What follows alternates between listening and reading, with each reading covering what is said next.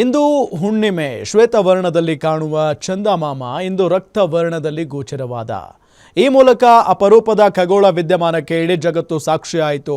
ಈ ಗ್ರಹಣದಿಂದ ರಾಜ್ಯದ ಯಾವೆಲ್ಲ ದೇವಾಲಯಗಳು ಕ್ಲೋಸ್ ಆಗಿದ್ವು, ಇಂದಿನ ಗ್ರಹಣದ ವಿಶೇಷತೆ ಏನು, ಎಲ್ಲೆಲ್ಲಿ ಪೂರ್ಣ ಪ್ರಮಾಣದಲ್ಲಿ ರಕ್ತ ಚಂದ್ರಗ್ರಹಣ ಗೋಚರ ಆಯಿತು ಎಂಬುದರ ಕಂಪ್ಲೀಟ್ ಡೀಟೇಲ್ಸ್ ಇಲ್ಲಿದೆ.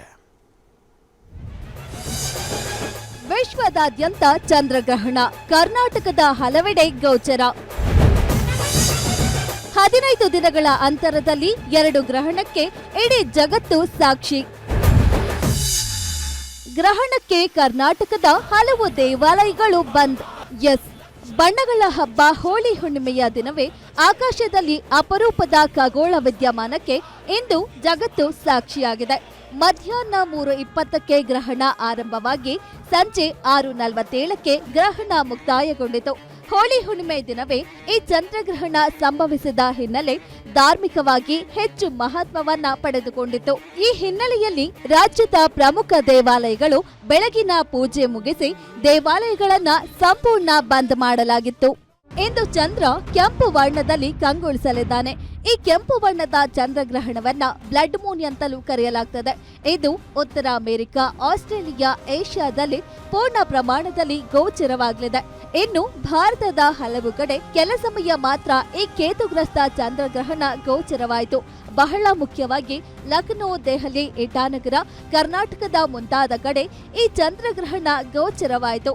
ಬೆಂಗಳೂರಿನಲ್ಲಿ ಅಲ್ಪ ಪ್ರಮಾಣದಲ್ಲಿ ಗೋಚರವಾಯಿತು. ಈ ಚಂದ್ರಗ್ರಹಣವನ್ನ ವೀಕ್ಷಣೆ ಮಾಡಲು ನೆಹರು ತಾರಾಲಯದಲ್ಲಿ ಅವಕಾಶ ಕಲ್ಪಿಸಲಾಗಿತ್ತು. ಈ ಗ್ರಹಣ ಅಮೆರಿಕದ ಕ್ಯಾಲಿಫೋರ್ನಿಯಾದ ಲಾಂಜನಿಸ್ನಲ್ಲಿ ಪೂರ್ಣ ಪ್ರಮಾಣದಲ್ಲಿ ಗೋಚರವಾಯಿತು. ಇನ್ನು ಈ ಗ್ರಹಣ ಭಾರತದಲ್ಲಿ ಕಾಣುವ ಏಕೈಕ ಚಂದ್ರಗ್ರಹಣವಾಗಿದೆ. ಹೀಗಾಗಿ ಭಾರತದಲ್ಲಿ ಧಾರ್ಮಿಕವಾಗಿ ಹೆಚ್ಚು ಮಹತ್ವ ಪಡೆದುಕೊಂಡಿದೆ. ಅದರಲ್ಲೂ ಕರ್ನಾಟಕದ ಬಹುತೇಕ ದೇವಾಲಯಗಳು ಗ್ರಹಣ ಸಮಯದಲ್ಲಿ ಸಂಪೂರ್ಣ ಕ್ಲೋಸ್ ಮಾಡಲಾಗಿತ್ತು.